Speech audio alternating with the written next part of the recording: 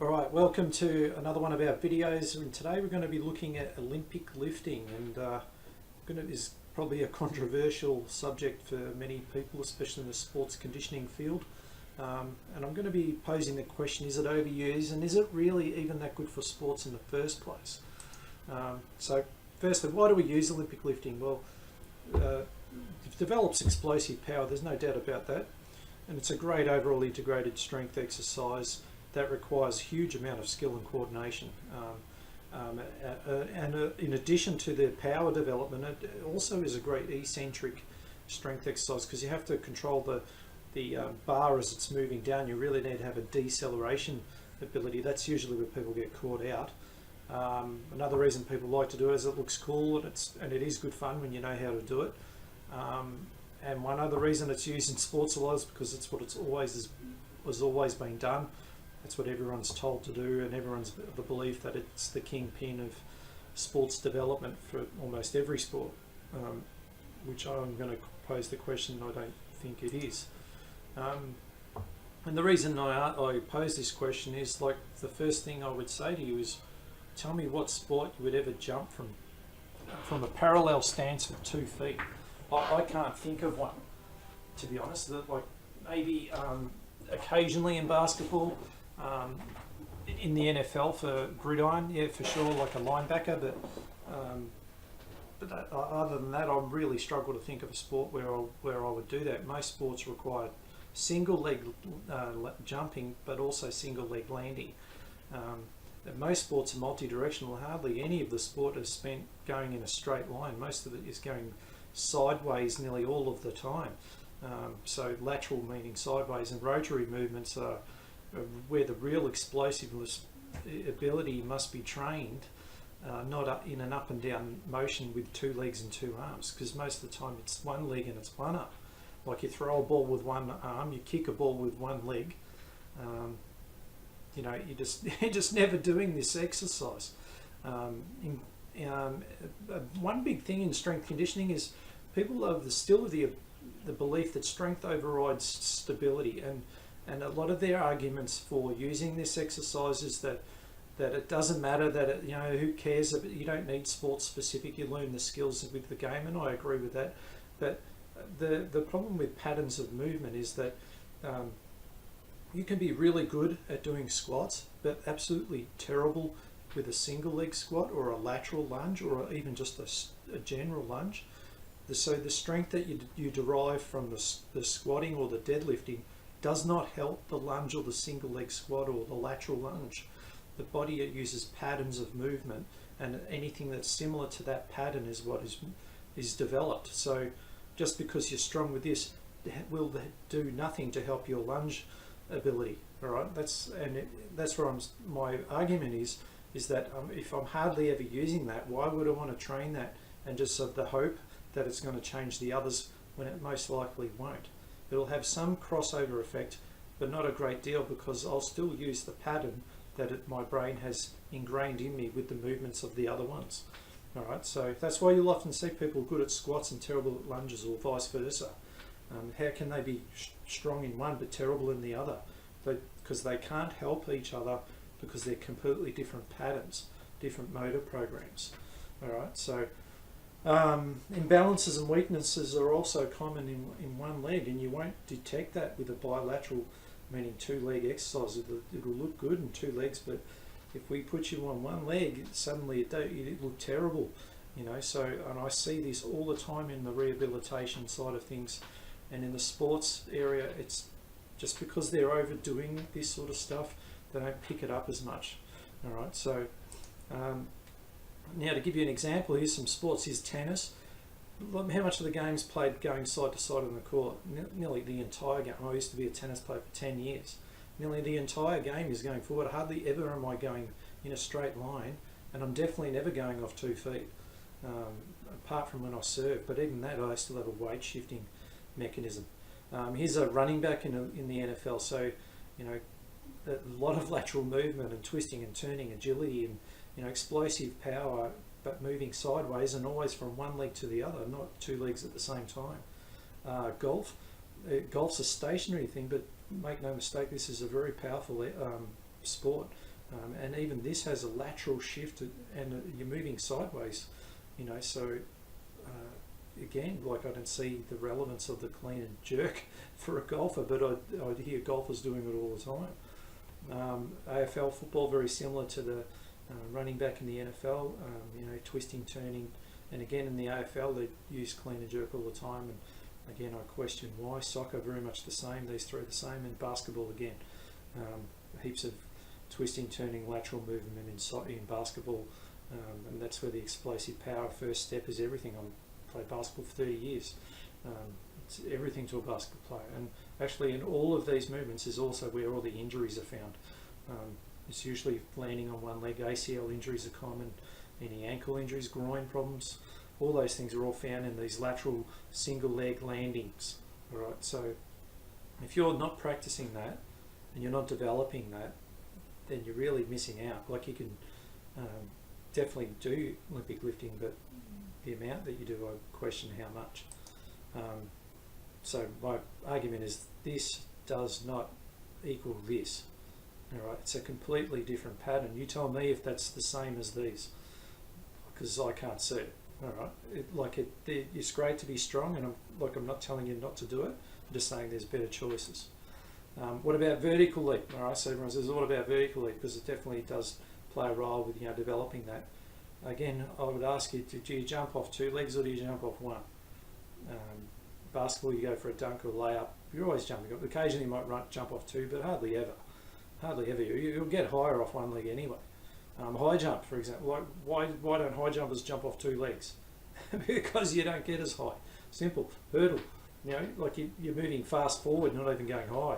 AFL football, jumping up for a mark. All right. So if you're not developing that pattern, then you're really missing out. Sure, it can help you, but remember I said before, you've got to develop the pattern. It's not the muscles, and strength doesn't override things.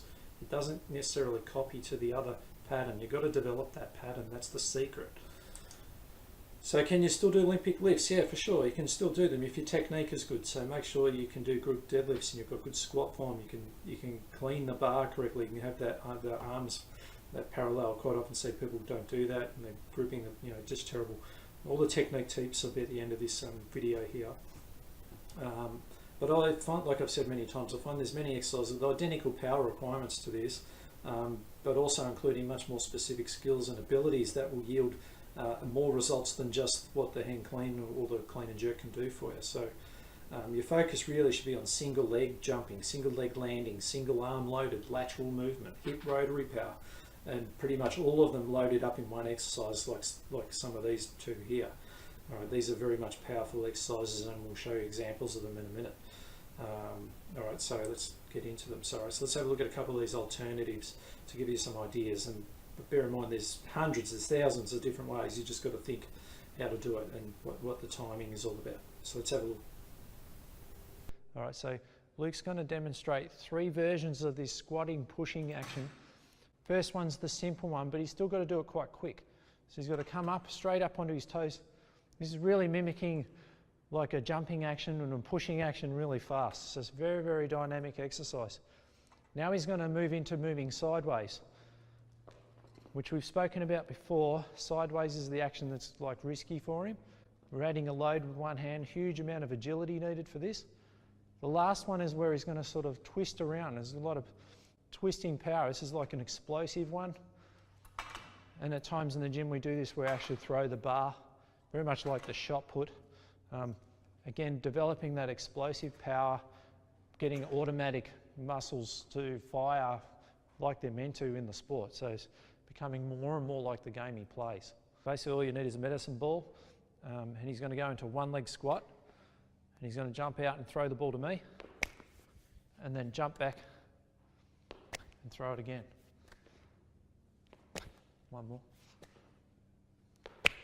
For this, so what I want to do is I want to try and pull the knee in just like the band was before, and he's going to try and do the step up at the same time. And what we want him to see him do is really drive his knee up. Very much is highly specific for running, jumping, anything that's a sport orientated movement. All right, hope you enjoyed that. That gave you some great ideas on what we're sort of talking about here. So let's have a look at the hand clean technique tips that I mentioned. So I'm only going to give you simple stuff. This can get really complicated, just so I can keep this video a bit shorter, so you can get the idea. But there's plenty of places you can look up where they'll give you even more tips, and that twist conditioning have a lot of great ideas on this, as without the alternatives as well. So let's have a look at this. So here we are today, looking at the hand clean, power clean. Basically the clean and jerk. We're not going to look at the snatch, we're just going to look at the clean and the clean and jerk, and we're going to look at the technique of it in a very simple form. So we're not going to be looking at it as if you're an Olympic weightlifter, more like for people doing CrossFit or people in the sports conditioning or sort of being exposed to this, and we're going to also maybe provide you with some different ideas on what I would perceive as a better choice of exercise than this one. Alright, so anyway, let's have a look at Nathan do this. So basically this is the hang clean, because he just hangs over into like a deadlift position, and then he catches it with his elbows pointing forward in that nice little front squat. Alright, so watch him do another one. He slides the bar down his legs, there's the deadlift, and he explodes up onto his toes, and then he just sinks down a bit lower into the squat that time. Alright, and we'll watch him do one more. Alright, so there's the, oops, if I just go back.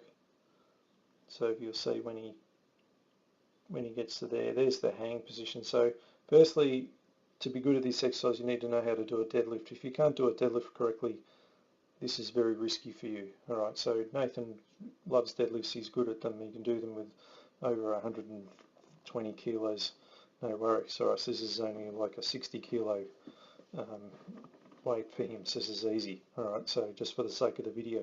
So he must get in that deadlift position, and then from there, then as the bar lifts up, he's got to really snap those hips forward with everything, and his arms have got to do like a little pull, like a coat hanger. You can sort of see. One of those exercises is very hard to teach because it's so fast. And he rises up on his toes, so he's exploding vertically up, and then as he gets to there, then he's got to get his hands quickly underneath the bar and catch it in a front squat. Alright, so you'll see that he'll have to catch the bar, and his elbows will have to thrust forward to make sure he has a good rib position. Then he's got to drop back into the front squat. Alright, so if you can't do a front squat with these elbows pointing forward like he's got there, you're going to have all sorts of trouble. Alright, so he's got to be pointing, like that. Most of the time we see people's elbows down there, and basically that just means the bar flings forward, they just can't control it. He's got to have good squat mechanics to see, look, this is beautiful. Alright, so that's why it's easy for him to do that. Alright, so that's the basic technique from a side-on angle of the hang clean as such. So we'll show you from front on to see if there's anything different that we can see. Alright. Okay, here's a video I've got of Nathan showing us the hang clean, or actually clean and jerk from the front on position. So we're going to have a look at how he does this. Bear in mind that it's not as heavy as he'd normally do, we're just doing it so we can muck around for this video, but let's play it and then we'll analyse it.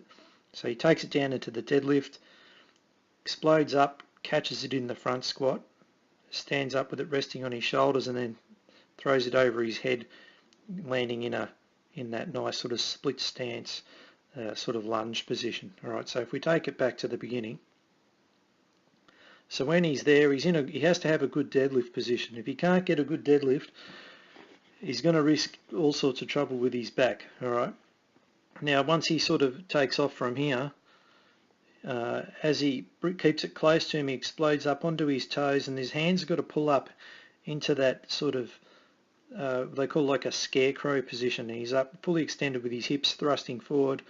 Then he's got to have enough time to slide his hands under as his body goes down as the bar's going up. Can you see that? Now when he catches it, he's got to make sure he's got quite a loose grip and catches it onto his shoulders. Is there a lot of mistake with people who don't have enough mobility through their thoracic spine, or even through their arms itself, their wrists, their elbows, and they just can't catch it in that position and end up either holding onto the bar and gripping it really tight and just really uncomfortable, or they just get in a bad position and they just drop the bar. They just can't hold it there. All right, so they must be able to hold that position, and then if it was really heavy, he'd have to be sinking down into that position he wouldn't be able to be up that high. Because it's light, he can do that. All right, so I've got him going down this low to give you the idea, and then from there, then he obviously stands up, and then that's where he can have a bit of a rest. So look at the position of his hands there. So it's just sort of holding it in 2 fingers really, but it's really, if he could take his hands away and that'd be sitting on a deltoids. Now from here is where he's got to throw the bar up. So he's got to do a little bit of a drop down. It's like a partial squat to explode up onto the toes and have a nice sort of landing. His elbows should have locked out where he didn't quite lock them out as good as he should have. But that gives you the idea of how it should sort of finish all in one go. Now, as I've mentioned earlier in this video, I can't think of any sport I would ever need to do that from that position, being feet side by side like that. Often it's one leg, landing on one leg, jumping from one leg, usually sideways, not in a straight backwards and forwards position.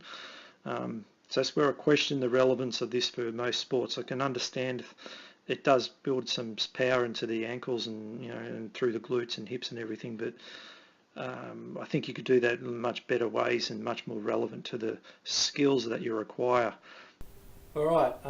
Now, if you need any more information, by all means, go to our website. There's stacks of videos that you can get, PDF reports. The Little Black Book of Secrets is an awesome thing that we released late last year that gives you 100 programs to try it. So a lot of the stuff we've shown here and all the other exercises, I've only shown you a handful here, but there really is a hell of a lot more that we would use. So I encourage you to go to our website, check out all the stuff that we've got there, and by all means you'll find some great stuff to help you out. All right, so hope you enjoyed that video, and I'll see you on our next one.